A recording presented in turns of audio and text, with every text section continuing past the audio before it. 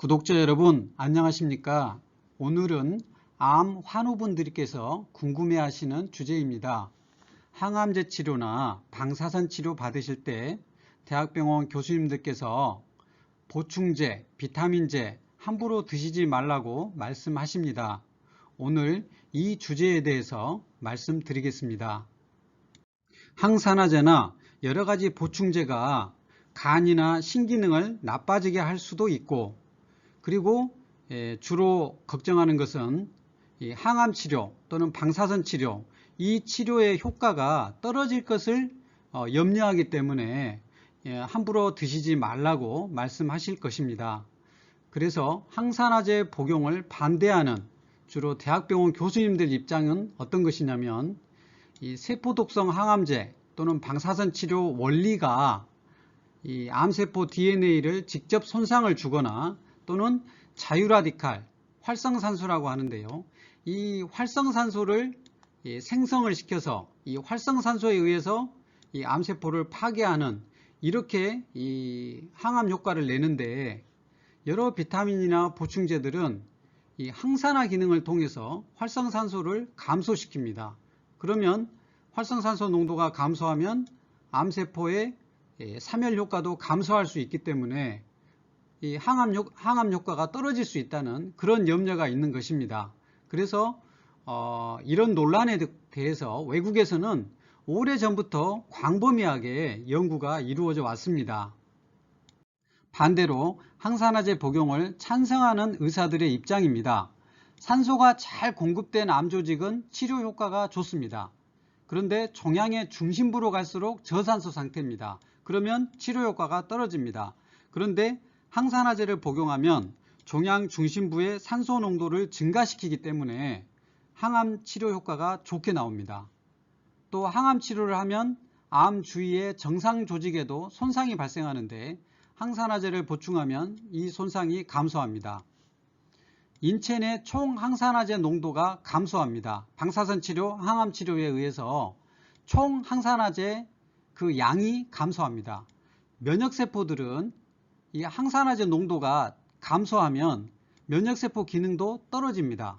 항산화제 농도가 증가할수록 면역세포의 기능도 증가합니다. 특히 NK세포 같은 경우에 이 항암을 하는 효과가 강력한 그런 면역세포들인데, 이 항산화제를 복용함으로써 항산화제 농도를 올려주면 이 NK세포 기능이 떨어지지 않기 때문에 항암 효과가 더 잘 나타날 수 있다는 것입니다.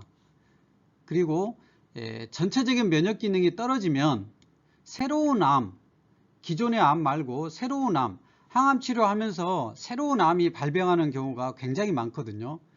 그 가능성이 커지는데, 항산화제를 복용함으로써 그 가능성을 더 떨칠 수 있다는 그런 여러 가지 장점을 주장합니다. 몇 가지 연구 논문들을 살펴보기로 하겠습니다. 2004년에 54명의 구강암 환자 7주간 방사선 치료를 했습니다.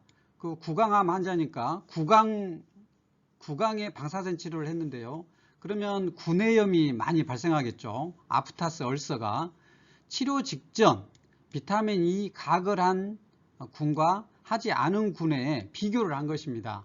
방사선 치료할 때마다 치료 전에 이 비타민 E로 가글을 한 군과 안 한 군을 비교했는데요. 이 가글을 한 군은 구내염 발생률이 21%, 가글을 하지 않은 군은 33% 더 많이 발생했죠. 그래서 13%가 감소했다는 것이고, 구강의 통증이 가글을 한 군은 10%에서 발생했고, 가글을 하지 않은 군은 53%에서 발생했습니다. 약 5배 정도가 가글을 한 군에서 적게 나왔다는 것입니다. 생존율은 차이가 없었습니다. 이걸 보면 이 비타민 E의 항산화 효과가 이 염증을 많이 줄여주기 때문에 통증도 감소했다는 것이고, 대신에 생존율의 차이가 없다는 말은 그 방사선 치료의 효과를 방해하지 않는다, 최소한 이런 결론을 내릴 수 있다는 것입니다. 펜톡시필린이라는 약과 방사선 치료를 같이 한 군과 방사선 치료만 한 군을 비교한 것입니다. 펜톡시필린이라는 약은 이제 영양제죠. 보충제. 방사선 조사에 의해서 조직 섬유화가 되는데 또 골괴사가 되는데 이 조직 섬유화와 골괴사 치료에 효과적인 항산화제입니다. 2000년도에 미네소타 의대 연구였는데요. 폐에 비소세포암 47명을 대상으로 27명은 펜톡시필린을 투여했고 20명은 방사선 치료만 한 것입니다. 결론은 이 펜톡시필린을 치료하면서 방사선 치료를 했던 군이 재발률과 평균 생존기간에서 더 나은 결과를 보였다는 것입니다. 그래서 이 RT는 방사선 치료만 한 군이고 이 RT 방사선 치료와 PTX는 펜톡시필린이죠. 같이 했던 군을 비교를 했는데 완전 관해 방사선 치료만 한 군이 더 우월합니다. 그리고 부분 관해 역시 방사선 치료를 한 군이 더 우월한, 더 효과적인 결과가 나왔습니다. 스테이블 디지즈라고 이 병이 진행하지 않고 안정된 그러한 퍼센트도 이 방사선 치료만 한 군이 더 우세합니다. 그래서 이 세 가지만 놓고 보면 방사선 치료만 한 군이 더 효과적이라는 것을 알 수 있는데요. 그런데 반전이 일어납니다. 반전.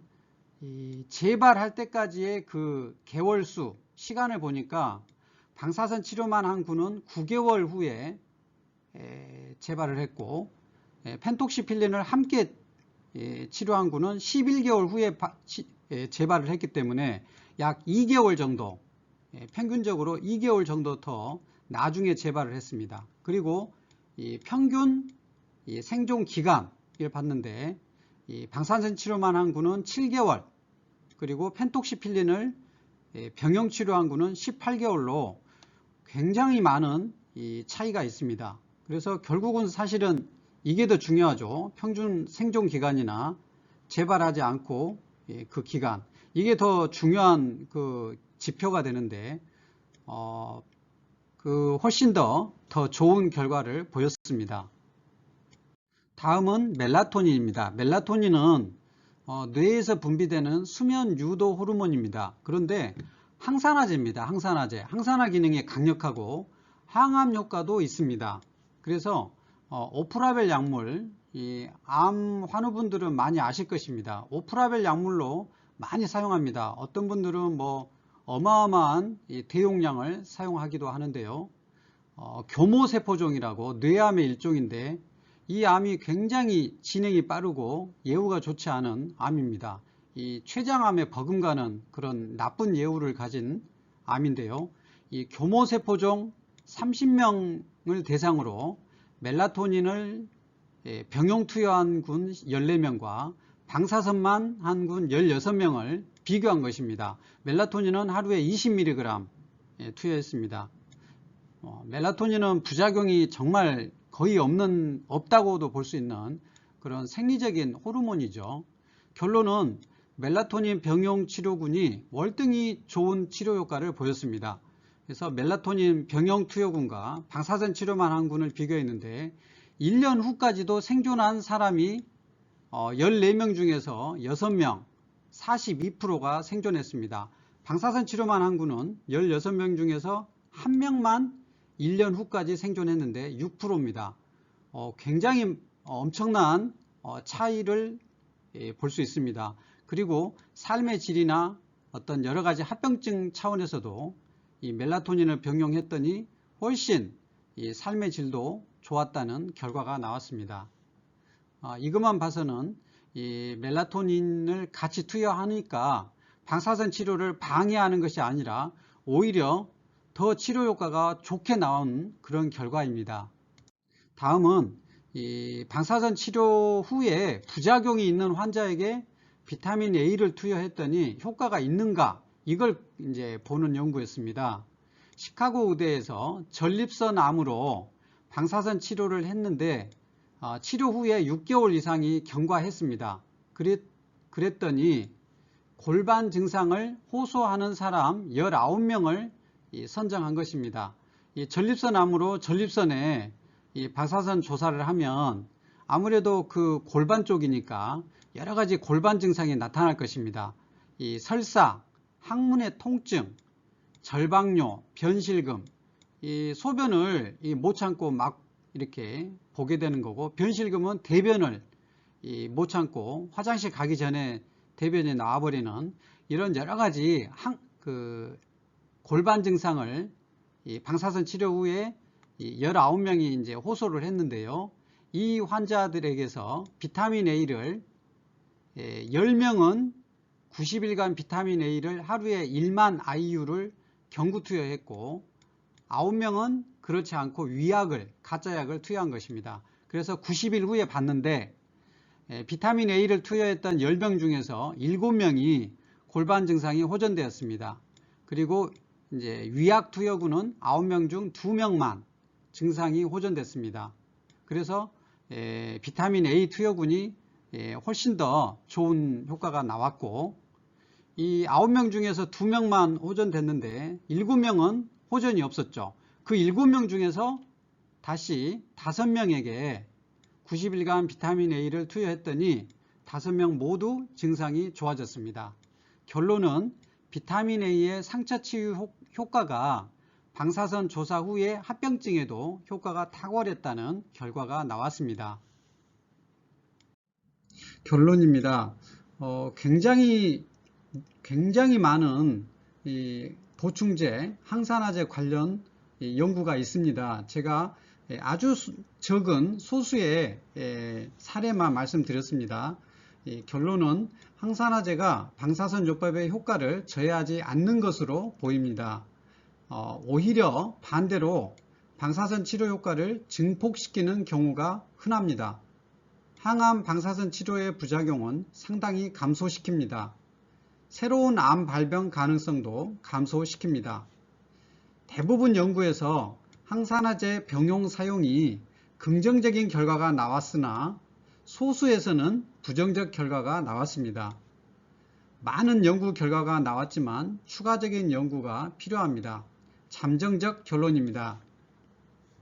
방사선 치료하는 동안에 권장량 수준의 복용은 추천합니다. 하지만 과도한 양의 복용은 추천하지 않습니다. 여기서 잠정적 결론이라고 말씀드렸는데요. 그 이유는 많은 연구가 나왔지만 대학병원에서 암 치료하시는 선생님들께서는 아직은 흔쾌히 동의하지 않습니다. 그분들이 동의하기 위해서는 제약회사에서 대규모 임상 연구를 해야 합니다. 그런데 이런 보충제, 항산화제 이런 것들은 특허가 없고 처방전 없이 누구나 구입할 수가 있습니다. 인터넷에서 저렴하게. 그렇기 때문에 제약회사 입장에서는 돈이 안 됩니다. 많은 돈을 들여서 대규모 연구를 할 가능성은 앞으로도 가능성이 거의 없다고 저는 전망합니다. 그렇기 때문에 인터넷에 항산화제와 보충제 제품이 굉장히 많이 나와 있습니다. 가급적 혼자 결정하지 마시고 주치 선생님과 상의 후에 신중히 선택해서 드시기를 추천드립니다. 감사합니다.